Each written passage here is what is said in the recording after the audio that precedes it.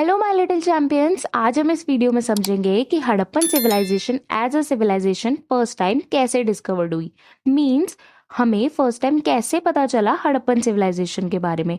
हमने ये तो बहुत वीडियोस में सुना है कि हड़प्पन सिविलाइजेशन को किसने और कब डिस्कवर्ड किया, लेकिन आज हम ये जानेंगे कि हड़प्पन सिविलाइजेशन कैसे डिस्कवर्ड हुई। तो चलिए स्टार्ट करते हैं। 1856 में पंजाब, जो अब पाकिस्तान में है, वहां रेलवे लाइन का काम चल रहा था, जो लगभग 160 ईयर्स पहले की बात है। जब रेलवे का काम हो रहा था तब कुछ ओल्ड ब्रिक्स मींस पुरानी ईंटें और कुछ रिमेन्स मिल रहे थे।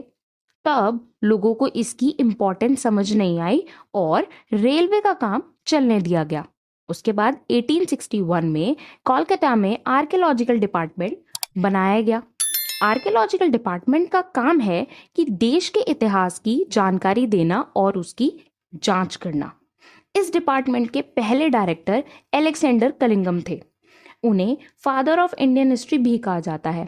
यहाँ से आपका 1 मार्क का क्वेश्चन भी बन जाता है कि who was the father of Indian history. So the answer is Alexander कलिंगम। उसके बाद 1902 से 1928 तक जॉन मार्शल आर्कियोलॉजिकल डिपार्टमेंट के डायरेक्टर बने। उन्हीं के अंडर हड़प्पन सिविलाइजेशन डिस्कवर्ड हुई।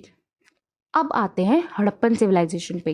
हड़प्पन सिविलाइजेशन को 1921 में दयाराम सैनी ने डिस्कवर्ड किया, लेकिन ये काम जॉन मार्शल के अंडर हो रहा था।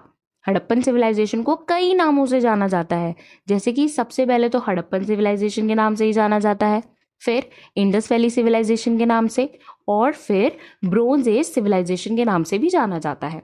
अब हम एक एक करके समझेंगे कि इनको इन नामों से क्यों जाना जाता है। तो सबसे पहले आता है हड़प्पन सिविलाइजेशन। इस सिविलाइजेशन को हड़प्पन सिविलाइजेशन इसलिए कहा गया है क्योंकि सबसे पहले इसके रिमेन्स हड़प्पा नाम के जगह पर मिले थे। सेकंड है, इस सिविलाइजेशन को इंडस वैली सिविलाइजेशन क्यों कहा जाता है, वो इसलिए क्योंकि ये इंडस रिवर के किनारे स्थित है।